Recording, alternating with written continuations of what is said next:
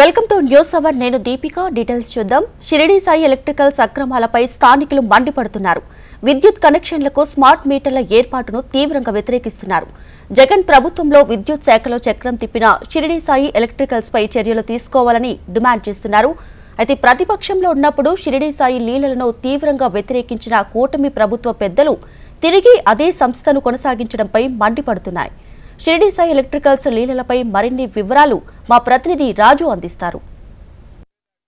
Smart మీటర్లను ప్రభుత్వం రద్దు చేసిందన్న ప్రకటన వెలువడంతో షిరిడి సాయి ఎలక్ట్రికల్స్ సంస్థ ప్రకంపనలు సృష్టిస్తుంది. ప్రధానంగా షిరిడి సాయి ఎలక్ట్రికల్స్ సంస్థ ఆధ్వర్యంలో అధికార పార్టీ ఏదైతే ఉంటుందో ఆ పార్టీకి సంబంధించిన నేతలతో కూడబలుకొని అక్రమ మార్గాల్లో ఆ కాంట్రాక్ట్ పనులను అలాగే తన వ్యాపారాన్ని విస్తరించారనే ఆరోపణలు ఉన్నాయి. ఈ నేపథ్యంలో రాయలసీమ కమ్యూనిస్టు పార్టీ వ్యవస్థాపక కార్యదర్శి రవిశంకర్ ఉన్నారు. ఆయన అడిగి తెలుసుకునే ప్రయత్నం చేద్దాం. చెప్పండి, ప్రధానంగా షిరిడి సాయి సంస్థ ఒకప్పుడు చిన్న రేకుల షెడ్డులో ఉన్న సంస్థ ఈ రోజు వేల కోట్లకు పడవలెత్తింది. అలాగే కోట్ల రూపాయల కాంట్రాక్టులు చేస్తోంది. ప్రభుత్వాలను అడ్డపెట్టుకొని ఇది అక్రమ మార్గంలో ఈ కాంట్రాక్టులు సంపాదించడం అలాగే ప్రజలకు ఇబ్బందులు కలిగించే స్మార్ట్ మీటర్ల ఏర్పాటు ప్రక్రియను కూడా చేపట్టిందని తెలుస్తుంది. దీనిపైన మీ దగ్గర సమాచారం ఉంది. గత 5 సంవత్సరాల్లో జగన్మోహన్ రెడ్డి ప్రభుత్వ కాలంలో ఆడిందే ఆట పాడిందే పాటగా షిరిడి సాయి కథలు నచ్చినాయి. షిరిడి సాయికి వేల కోట్ల రూపాయల కాంట్రాక్టులు, వేల కోట్ల రూపాయల భూములని దారాదత్తం చేసినారు. తక్కువ డబ్బులతోటి ఇష్టారాజ్యంగా దారాదత్తం చేయడం జరిగింది. ఈ రోజుకి షిరిడి సాయి ఎలక్ట్రికల్స్ లో జీతాల విషయం కానీ, కార్మికుల హక్కులు కానీ, కార్మిక యూనియన్లు పెట్టుకొని ఇవ్వడం కానీ జరగడంలా అత్యంత అప్రజాస్వామికంగా అక్కడ పని జరుగుతూ ఉంది. ఒక యూనియన్ కూడా పెట్టుకొని ఇచ్చేటువంటి పరిస్థితి లేదు.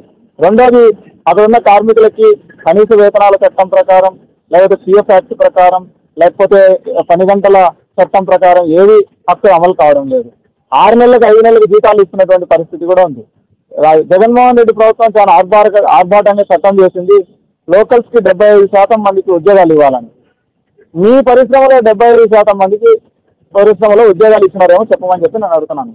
షిరిడి సాయి సంస్థ అన్నది లోకల్ సంస్థ, స్థానిక సంస్థ. ఈ స్థానిక సంస్థలో 75% మందికి ఇచ్చినారా? కనీసం 10%కి ఇచ్చినారా? 10% లోకల్ వాళ్ళు ఉన్నారేమో చెప్పమని నేను అడుగుతా ఉన్నాను.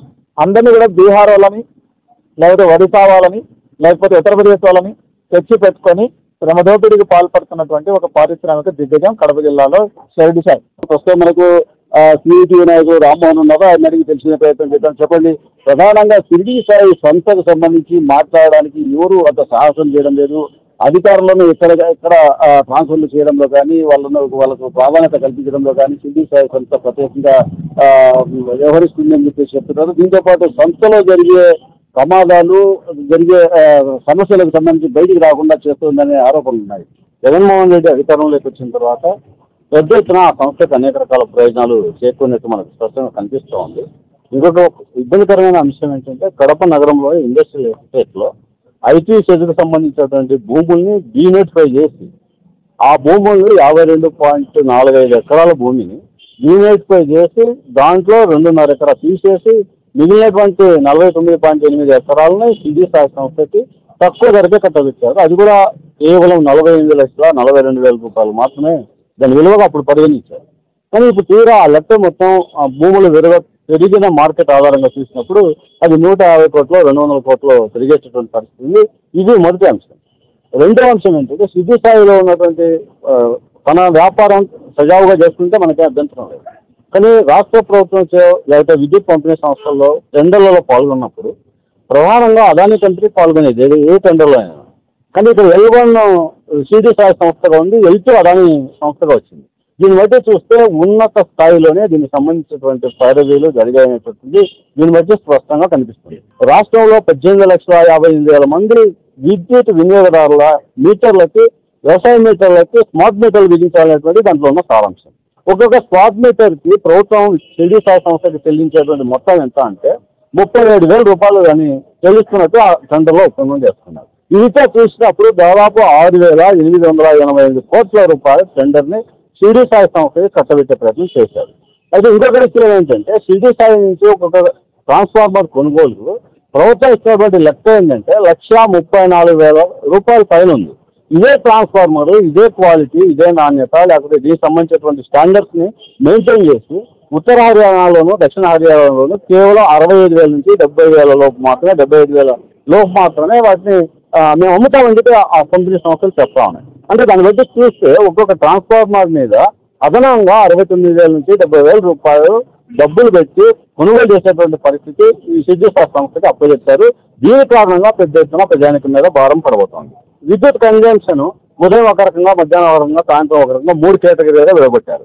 అంటే ఉదయం వినియోగించేటువంటి విద్యుత్కి, రాత్రి వినియోగించేటువంటి విద్యుత్కి అధిక డిమాండ్ ఉంటుంది కాబట్టి దానికి రేటు కూడా, యూనిట్ రేటు కూడా అధికంగా పెట్టాలనేటువంటి ప్రయత్నం జరుగుతోంది. మధ్యాహ్నం సమయంలో తక్కువ వినియోగం ఉంటుంది కాబట్టి దీనికి తక్కువగా, అంటే ఒకే రోజులోనే ఉదయం ఒక రేటు, మధ్యాహ్నం ఒక రేటు, రాత్రి ఒక రేటు విద్యుత్ వినియోగానికి అమలు చేసేటువంటి పద్ధతి వస్తూ ఉంది.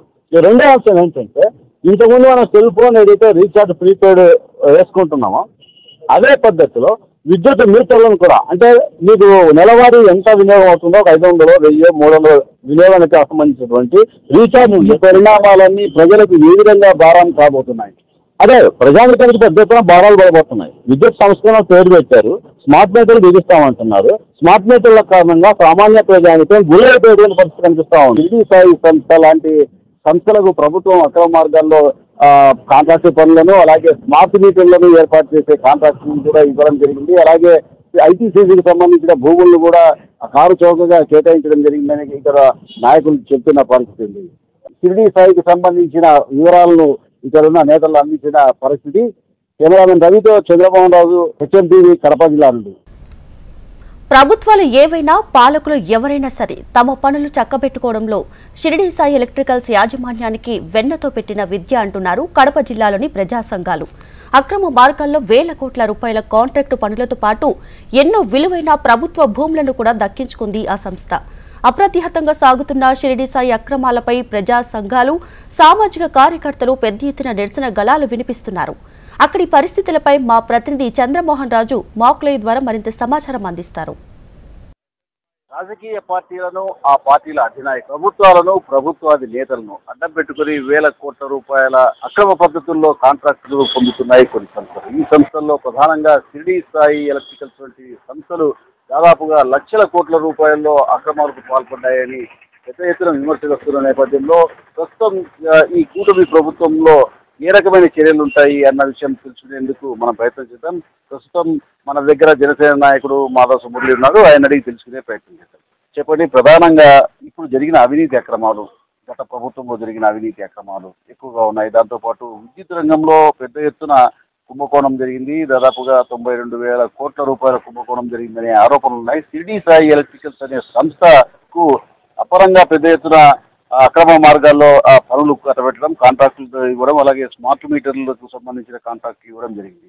దీనిపైన మీరు ఏ విధంగా స్పందిస్తారు? తప్పు చేస్తే ఏ ప్రభుత్వాలైనా కానీ తప్పును తప్పని చెప్పాలే కానీ సమర్థించకూడదు. అందులో మా ప్రభుత్వము, మా కుటుంబ ప్రభుత్వము తప్పును తప్పుగానే చూపిస్తుంది. గత ప్రభుత్వం మాదిరి తప్పును వెనకేసుకొచ్చేది లాంటిది కాదు ఈ ప్రభుత్వం. ఎందుకంటే మా జనసేన పార్టీ, మా నాయకుడు కాబట్టి పవన్ కళ్యాణ్ గారు ఎప్పుడైనా చెప్పారు, ఏదైనా కానీ మనం చట్టపరంగా పోతాం, న్యాయపరంగా పోతాం, అంతేగాని అన్యాయాల్ని ఇట్లా అవినీతిని మాత్రం పోతే ఎటువంటి ప్రసక్తులు లేదని చెప్పి ఆయన గతంలోనే హెచ్చరించారు.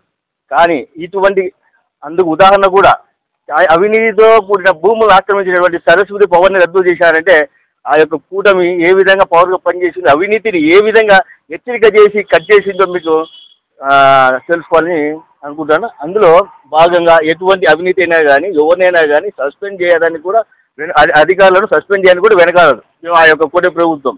కానీ కొంచెం చట్టపరంగా లేకపోతే ఒక లీగల్ పరమైన లొసుగులు కారణంగా ఆలస్యం కావచ్చేమో కానీ ఖచ్చితంగా ఈ యొక్క షిరిడి సాయి ఎలక్ట్రికల్స్ కంపల్సరీ ఆ యొక్క భూములను షెడ్యూల్ను రద్దు చేసి వారిపై చట్టపరంగా చర్యలు తీసుకునేదానికి మా కుటుంబ ప్రభుత్వం ఎప్పటికైనా వెనకాడబోదని చెప్పి మేము ఇచ్చిన కాంట్రాక్టులు, అంటే స్మార్ట్ మీటర్ల ఏర్పాట్లు కానీ, ట్రాన్స్ఫార్మర్ల ఏర్పాట్లు కానీ, అలాగే సబ్స్టేషన్ల నిర్మాణాలు కానీ వివిధ రకాలుగా పెద్ద ఎత్తున కాంట్రాక్టులు అప్పచెప్పడం జరిగింది గత ప్రభుత్వం. ఆ కాంట్రాక్టులు రద్దుకి ఏమైనా అవకాశం ఉందా? ఖచ్చితంగా రద్దు చేశారండి. ఎందుకంటే ఈయన అవినీతిని ప్రోత్సహించే పరిస్థితుల్లో మా ప్రభుత్వం ఎక్కడే కానీ లేదు, ఏ కోసైనా కూడా ఉండదు. కాబట్టి ఆ యొక్క అవినీతిగా తేలితే అటువంటి కాంట్రాక్టులను రద్దు చేయడం పూర్తిగా జరుగుతుంది. ఎందుకంటే దీని మీద కూడా మా ప్రభుత్వం పరిశీలన చేసుకుంటుంది, లీగల్ పరంగా చూస్తుంది. ఏ విధంగా పక్క రాష్ట్రాల్లో చూస్తే చిన్న ఉదాహరణ, దాదాపు పక్క రాష్ట్రంలో 75,000, అంటే తెలంగాణ ప్రాంతంలో 75,000 ఇచ్చినటువంటి 25 kVది ఇక్కడ వచ్చేసి 1,40,000.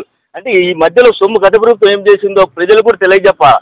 ప్రజలకు తెలియజెప్పిన తర్వాత ఆ ప్రభుత్వం చేసినటువంటి తప్పులు చూపించి మనము ఈ యొక్క అవినీతి చూపించి వాళ్ళని రద్దుపరచాలే కానీ ఏదో మనం రద్దుపరిచినామంటే ఈ యొక్క ప్రభుత్వాలు, గత ప్రభుత్వాలు వారికి ఏదో కక్షపూర్వకంగా కుట్రపూర్వకంగా చేస్తారని చెప్పని ఒక కొత్త కోణం వెలుగులోకి తెస్తారు. కాబట్టి వీటి అన్నిటి వాళ్ళు చేసిన తప్పులను వెలుగులోకి చూపించి చట్టపరంగా చర్యలు తీసుకొని ఆ తర్వాత ఆ యొక్క సంస్థలకు కేటాయించే భూములు కానీ ఆ యొక్క ఆక్రమణ కానీ రద్దు చేస్తామని చెప్పి మా ప్రభుత్వం తెలియజేస్తుంది కూడా, చేస్తుంది కూడా. మొదటి హామీ ఏంటంటే 1750 కోట్ల రూపాయల అవినీతిని మేము కక్కిస్తామని చెప్పి ఆ రోజు చెప్పారు. రెండో అంశం ఏం చెప్పారు, స్మార్ట్ మీటర్లని మేము రద్దు చేస్తాం అధికారంలోకి వస్తానే. ఇప్పుడు ఎవరైనా బిగించడానికి ప్రయత్నం చేస్తే వాటన్నిటిని పాల్గొట్టమని చెప్పి ఆ రోజు ప్రతిపక్షంలో ఉన్నప్పుడు చెప్పారు. కూటమిలోకి అధికారంలోకి వచ్చిన తర్వాత నిన్న అసెంబ్లీలో చంద్రబాబు నాయుడు గారు చెప్తున్నారు ఈ ఒప్పందాలను రద్దు చేయమని చెప్తే ఈ ఒప్పందాలను రద్దు చేస్తే పెనాల్టీ కట్టాలట, దాంట్లో విశ్వసనీయత దెబ్బతింటుందంట. షిర్డీ సాయి ప్రయోజనం చేకూర్చుకుంటే మీరు ఇతర రూపాయల ప్రయోజనం చేర్చుకోండి, కానీ ప్రజానికం మీద భారాలు వేసేటువంటి ప్రయత్నంలో మీరు చేస్తున్నారు. దీన్ని తీవ్రంగా వ్యతిరేకిస్తున్నాం. రానున్న కాలంలో విద్యుత్ భారాలు పెద్ద ఎత్తున పడబోతా ఉన్నాయి. మేము 28వ తేదీన ఈ నెల ఈ విద్యుత్ భారాలకు వ్యతిరేకంగా ఒప్పందాలు రద్దు చేయాలని చెప్పి రాష్ట్రంలో అటువంటి అన్ని విద్యుత్ కార్యాలయాలు ఎదుట ఆందోళన చేపట్టాలని మేము నిర్ణయించాం. ఈ పోరాటంలో ప్రజానికంతా పాల్గొనాలి. మేము ఒక విషయం చెప్పదలుచుకున్నాం, విద్యుత్ భారాలని భరిస్తూ పోతే రానున్న కాలంలో ఇంకా పెద్ద ఎత్తున భారాలు పడతాయి. చీకట్లో ఉండాల్సినటువంటి పరిస్థితి వస్తుంది. విద్యుత్ ఏమో పుష్కలంగా ఉంటుంది, దాన్ని వినియోగించడానికి అవకాశం లేకుండా చేసేటువంటి ప్రయత్నాలు పాలకులు చేస్తున్నారు. కాబట్టి దీన్ని తీవ్రంగా మనందరం వ్యతిరేకించాలి. ప్రజానికం కూడా ఈ పోరాటంలో కలిసి రావాలి. గతంలో చంద్రబాబు విద్యుత్ సంస్కరణలకు వ్యతిరేకంగా పెద్ద ఎత్తున పోరాడాం. ఆ పోరాటంలో అనేక మంది కాల్చి చంపినా సరే దాని ఫలితంగా ఇప్పటి వరకు 15 సంవత్సరాలు విద్యుత్ భారాలు లేకుండా చేశారు. కాబట్టి ప్రజానికం పోరాడితేనే ఈ సమస్యలన్నీ పరిష్కారం అవుతాయి. విద్యుత్ ఒప్పందాలు రద్దు కావాలి, అదానితో చేసుకున్నటువంటి ఒప్పందాలు రద్దు చేయాలి. సెక్కితో సోలార్ ఎనర్జీ కార్పొరేషన్ ఆఫ్ ఇండియాతో ఒప్పందం చేసుకుని అదాని గుజరాత్లో వాడు తయారు చేస్తే దాన్ని ఇక్కడికి తీసుకొచ్చి ఇక్కడ కొనుగోలు చేస్తున్నారు. ₹1.99 గుజరాత్లో అమ్ముతూ ఉంటే అదాని ఇక్కడికి వచ్చి ₹2.49 అమ్ముతున్నారు. అంటే అదనంగా 50 పైసలు ప్రజానికి మీద భారం వేస్తున్నారు. కాబట్టి మొత్తం సొమ్ము అంతటిని అదానీలకు దోచిపెట్టేటువంటి ప్రయత్నాన్ని ప్రజానికం వ్యతిరేకించాలి, పోరాటాలకు రావాలి.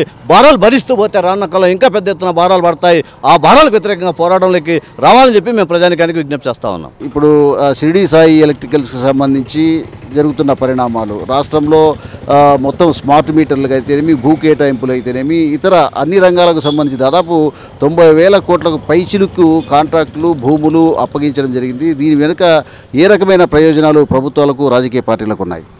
మొదటగా ఈ విషయాలన్నీ వెలుగులోకి తీసుకురావడానికి ప్రయత్నం చేసిన HMTV మేనేజ్మెంట్కు, తర్వాత కడప జిల్లా యంత్రాంగానికి కూడా నమస్కారాలు తెలియజేస్తూ ఉన్నాం. చంద్రబాబు నాయుడు నిన్నగాక మొన్న వైసీపీతో అంటకాగద్దు, చాలా జాగ్రత్తగా ఉండండి అని ఒక పిలుపిచ్చాడు. మంచిదే ఆ పిలుపు. అసలు నువ్వు ముందు అంటకాకుండా ఉండాలి కదా అని మేము కోరుతా ఉన్నాం. వైసీపీతో అంటే షిరిడీ సాయితో ఉండవు అంటే వైసీపీతో ఉన్నట్టే. దాంట్లో అవినాష్ రెడ్డి లేడనే విషయం లేదా ఉన్నాడనే విషయం వాస్తవంగా కూటమి నేతలకు ముగ్గురికి తెలియదా అని చెప్పి నేను అడుగుతా ఉన్నా. అంటే దాంట్లో అదాని ఉన్నాడు కాబట్టి నువ్వు అంటగాగుతున్నావా, లేకపోతే ఎన్నికల ఖర్చుకు ఒక 10% తగ్గించి నీకు బాండ్లు ఇచ్చారు కాబట్టి నువ్వు అంటగాగుతున్నావా, లేకపోతే వీటన్నిటిల్లో జగన్మోహన్ రెడ్డికి ఎట్లయితే పార్ట్నర్షిప్ ఇచ్చానో నీకు కూడా అట్టే ఇస్తానని చెప్తే అంటగాగుతున్నావా? మరి అవినీతి అనగదొక్కుతామని కేకేసినటువంటి పవన్ కళ్యాణ్ గారు ఒక్కసారి కేకేయాలని చెప్పి విజ్ఞప్తి చేస్తున్నాం పవన్ కళ్యాణ్ గారికి. అదేవిధంగా ఈ రాష్ట్ర ప్రయోజనాలను ధ్వంసం చేస్తున్నటువంటి బీజేపీ, అంటే అదాని వెనకల్లో ఉన్నటువంటి బీజేపీ చాలా క్లియర్గా చెప్పాలి, ఈ రాష్ట్రంలో అదాని ఆటలు సాగనివ్వం, షిరిడీ సాయి ఆటలు సాగనివ్వం, కుదరదు. దీంట్లో జగన్మోహన్ రెడ్డి దీంట్లో స్పష్టంగా వాళ్ళకు సహకరించాడు అన్న మాట మరి బ్రాందీ విస్కీలలో మాట్లాడిన పురంధేశ్వరి గారు షిరిడీ సాయిలో ఎందుకు మాట్లాడడం లేదని చెప్పి నేను అడుగుతా ఉన్నా. అంటే నీకు వాళ్ళకి ఇచ్చినటువంటి బాండ్ల అంటే సుప్రీంకోర్టు తీర్పుతోటి, సుప్రీంకోర్టు ఆర్డర్ తోటి బాండ్లను బయటపెట్టేటప్పుడు ఒక 10% జగన్మోహన్ రెడ్డికి ఎక్కువ ఇచ్చారు, 10% నీకు తక్కువ ఇచ్చారు. ఇప్పుడేమో నా ఒప్పందం ఆయనకు 10% తగ్గించి నీకు 10% పెంచుతానంటే షిరిడీ సాయికి సహకరిస్తుండవా? అంటే గతంలో జగన్మోహన్ రెడ్డికి ఎట్లయితే అధికారులతో సహకరించారో ఈరోజు చంద్రబాబు నాయుడు అట్లే సహకరిస్తున్నాడు. మొదటగా రాష్ట్ర ప్రజలకు, తెలుగుదేశం కార్యకర్తలకు, లేకపోతే జనసేన కార్యకర్తలకు, బీజేపీ కార్యకర్తలకు క్షమాపణ చెప్పాల్సినది కూటమి నేతలు. ఎందుకంటే అన్ని విషయాలలో బాగా చేస్తున్నారు. భూముల విషయంలో చాలా గట్టిగా ఉంది ప్రభుత్వం, ఇతర విషయాలలో చాలా గట్టిగా ఉంది. షిరిడి సాయి విషయంలో ఎందుకు గట్టిగా లేదు అని చెప్పి అనుమానాలు పెద్ద ఎత్తున బయలుదేరాయి. తర్వాత సుప్రీంకోర్టు ప్రకారం చెప్పిన ప్రకారంగా బాండ్లను బయటపెట్టిన తర్వాత తేటగలమైపోయింది.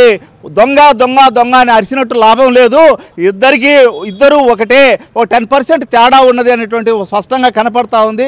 దీన్ని కడప జిల్లా నుంచే ఈ ఉద్యమం ప్రారంభం కావాలని చెప్పి అన్ని రాజకీయ పార్టీలు, అన్ని ప్రజా సంఘాలు సన్నద్ధం అవుతూ ఉన్నాయి. దీంట్లో చాలా సీరియస్గా మేము కూడా పాత్ర పోషిస్తామని చెప్పి తెలియజేస్తా ఉన్నాం. షిరిడి సాయితో అంటగాగుతున్న జగన్మోహన్ రెడ్డి గతంలో అంటగాగే వారని చెప్పేసి టీడీపీ వారు విమర్శించారు. ప్రస్తుతం ఎలక్ట్రల్ బాండ్ల విషయంలో కూడా అంటే గతంలో వైసీపీ ప్రభుత్వానికి, వైసీపీ పార్టీకి ఇచ్చిన విధంగానే ప్రస్తుతం కూటమి ప్రభుత్వానికి, కూటమి పార్టీలకు కూడా ఇచ్చారు. కాబట్టి షిరిడి సాయి విషయంలో గట్టిగా మాట్లాడలేకపోతుంది ఈ ప్రభుత్వం, గట్టి చర్యలు తీసుకోలేకపోతుంది ఈ ప్రభుత్వం అనే అభిప్రాయాన్ని ఆంజనేయులు గారు వ్యక్తం చేస్తున్నారు. ఇది ఇక్కడున్న తాజా పరిస్థితి. Over to studio.